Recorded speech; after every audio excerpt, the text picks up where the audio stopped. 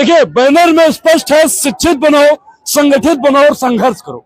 बाबा साहब का जो सपना था, क्या वाकई में बहुजन समाज और देश के लोग पूरा कर रहे हैं? और आज बाबा साहब की 134वीं जयंती है। क्या कुछ कहेंगे? आज बाबा साहब की जयंती है। मैं आप सभी को बाबा साहब की जयंती की शुभकामनाएं देती हूँ। जी। मेरा नाम एडवोकेट भाग्यशा कुरने, मैं वकील हूँ और मैं मुंबई में प्रैक्टिस करती हूँ हाई कोर्ट में। बाबा साहब भी मुंबई से मुकदमा लड़े। हाँ, मुंबई से चैत्य भूमि में बहुत सारी गर्दी होती है। बाबा साहब महाराष्ट्र के हैं और महाराष्ट्र के हैं, इसलिए हमको उनका अभिमान है।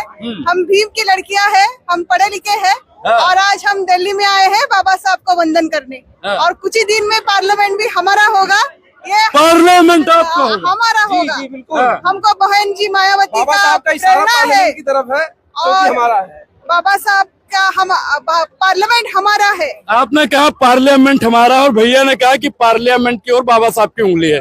जब पार्लियामेंट में बाबा साहब का अपमान हुआ, अम्बेडकर अम्बेडकर अम्बेडकर कहा गया, तो आपके समाज के जितने नेता थे वो चुप रहे थे।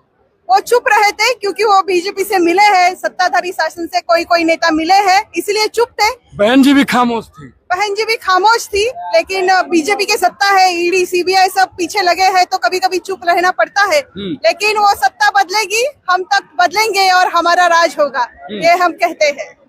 बाबा साहब ने महिलाओं के लिए क्या कुछ किया? बाबा साहब ने महिलाओं के लिए हिंदू कोड बिल दिया है। जो हिंदू कोड बिल के लिए वहाँ पे बहुत सारे उच्च वर्णीय महिलाओं ने विरोध किया था, लेकिन हिंदू कोड बिल के वजह से हम सभी को संपत्ति में अधिकार मिला है। महिला आज संपत्ति में खुद का अधिकार मांग रही है। महिलाओं को घटस्फोट लेने का अधिकार है अगर पति उसको सताता है। हिंदू कोड बिल के माध्यम से ऐसे बहुत सारे अधिकार महिलाओं को मिले हैं। आज जो हम शिक्षित बने हैं, हम वकील हैं, हम खुद के पैरों पे खड़े हैं और दिल्ली हम अकेले आए हैं, ये सिर्फ बाबा साहब की वजह से आए हैं। कह रहे मोदी जी हैं तब महिलाएं घूम रही है। नहीं, ये झूठ है। मोदी सत्ता में बैठे हैं वो भी बाबा साहब की वजह से, क्योंकि मोदी कहते हैं वो ओबीसी है। अगर कोई ओबीसी को पंतप्रधान पद पे बैठने का अधिकार है तो वो सिर्फ बाबा साहब के संविधान के वजह से है। अनुराग जी, एक चीज कहना चाहूंगा, मैं आपके चैनल के माध्यम से सभी बहुजन साथियों को ये कहना चाहूंगा, जिस तरीके से आज हम 14 अप्रैल के दिन यहाँ पे एकत्रित हुए हैं, संगठित हुए हैं, दिख रहा है कि बहुजन समाज के लोग बाबा साहब के तिरंगा लेके, बाबा साहब के जयकारे के साथ पार्लियामेंट में आज आए हुए हैं। मैं सभी से निवेदन करूंगा कि कभी भी बाबा साहब के खिलाफ आपत्ति टिप्पणी होती है, बहुजन समाज के किसी भी व्यक्ति के खिलाफ आपत्ति टिप्पणी होती है, तो हमें ऐसे ही एक साथ रहने की आवश्यकता है, तभी हम आने वाले समय में भारत संविधान को बचा सकेंगे। नहीं तो जिस तरीके से मनुवादी सत्ता में बैठे हुए लोग भारतीय संविधान के खत्म करने की कोशिश कर रहे हैं। संविधान को खतरा किससे है?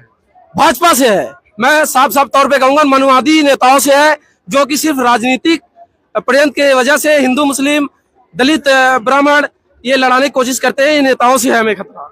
मनुवादी और बीजेपी में फर्क है या एक ही? मिला जुला के दोनों एक ही सिक्के के दो पहलू हैं।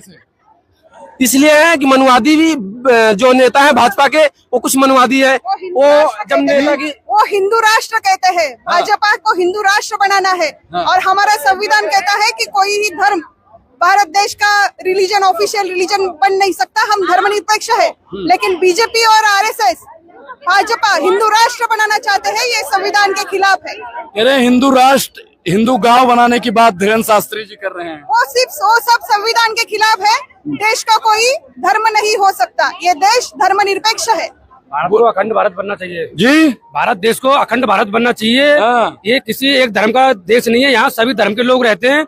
ये अखंड भारत बनेगा, कोई राष्ट्र नहीं बनेगा। वो कह रहे इतना इस्लामिक राष्ट्र है ऐसा नहीं तो है एक हिंदू राष्ट्र। यहाँ भारत का संविधान कहता है कि यहाँ पे हर धर्म के लोग रह सकते हैं। ये धार्मिक आजादी है और देशों में इतनी आजादी नहीं जो भारत में आजादी है। यहाँ का कॉन्स्टिट्यूशन कहता है कि प्रत्येक